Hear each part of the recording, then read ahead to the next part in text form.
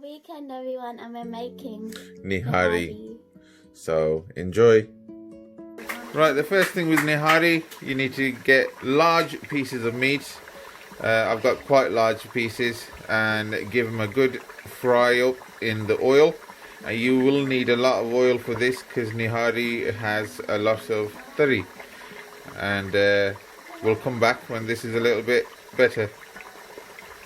Right, some of the spices you will need. This is red chilies, Kashmiri red chilies, half a nutmeg, some long, which is cloves, black pepper, and some moti elaichi, and some cinnamon, curry leaves, and some fennel seeds, and also a few white elaichi, and obviously the ginger and garlic. With all the spices, I'm going to mix them all up in a grinder so they're nice and fine, and I will let you know what you do next. Once your meat has taken on a nice brown color, you want to add in the ginger and garlic. So add the ginger and garlic, give that a fry off as well. You can add the spices once that's been fried up. Goldie, come on! Right, so now we add the spices. I've added a little bit of flour in the spices because we're going to be adding some more later on, but it does need it to thicken it up. Right, so once the spices are mixed in there, you need to cook it for a little while, and then we're going to add some water and let it simmer for a good couple of hours, if not 2 or 3 hours. So once that's been cooking for about 10 to 15 minutes, add the water, and you want plenty of amount of water because this is going to simmer now for another 2 hours or maybe even 3 until the meat is completely falling apart, and we will take it from there. Right, our meat has been cooking for roughly 3 hours. As you can see, it is become quite tender, but we still got another hour of cooking. But before we carry on, we've got to do one other thing. First of all, we need to turn the heat very low so the oil rises, and then I'll show you what to do next. Right, whilst we're waiting for that, we're going to put a bit of oil in the pan and fry off roughly a whole onion sliced thinly.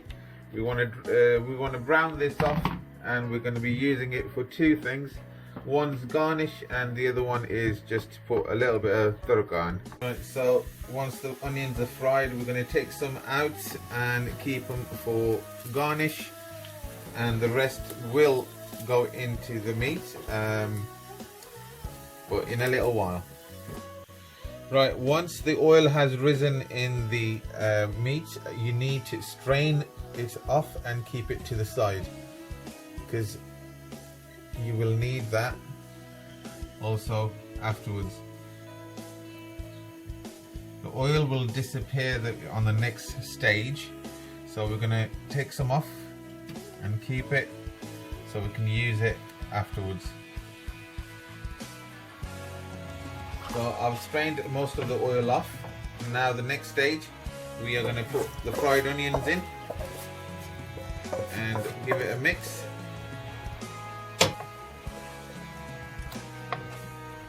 We are still going to be cooking this for at least another hour, but before we do that, we need to add. So we have flour and water mixed to a fine paste, just plain flour, and then you mix it in slowly because you don't want it to sort of be in lumps. It's about a cup of flour mixed within water. It'll thicken the solution, and it will need cooking for another hour or so, and then we will go to the next stage.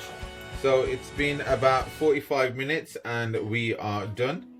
It is all cooked and ready to be served, and I will show you how that's done now as well.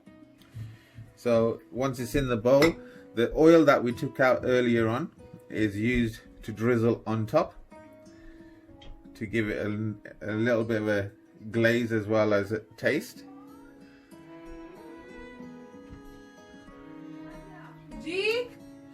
And shush!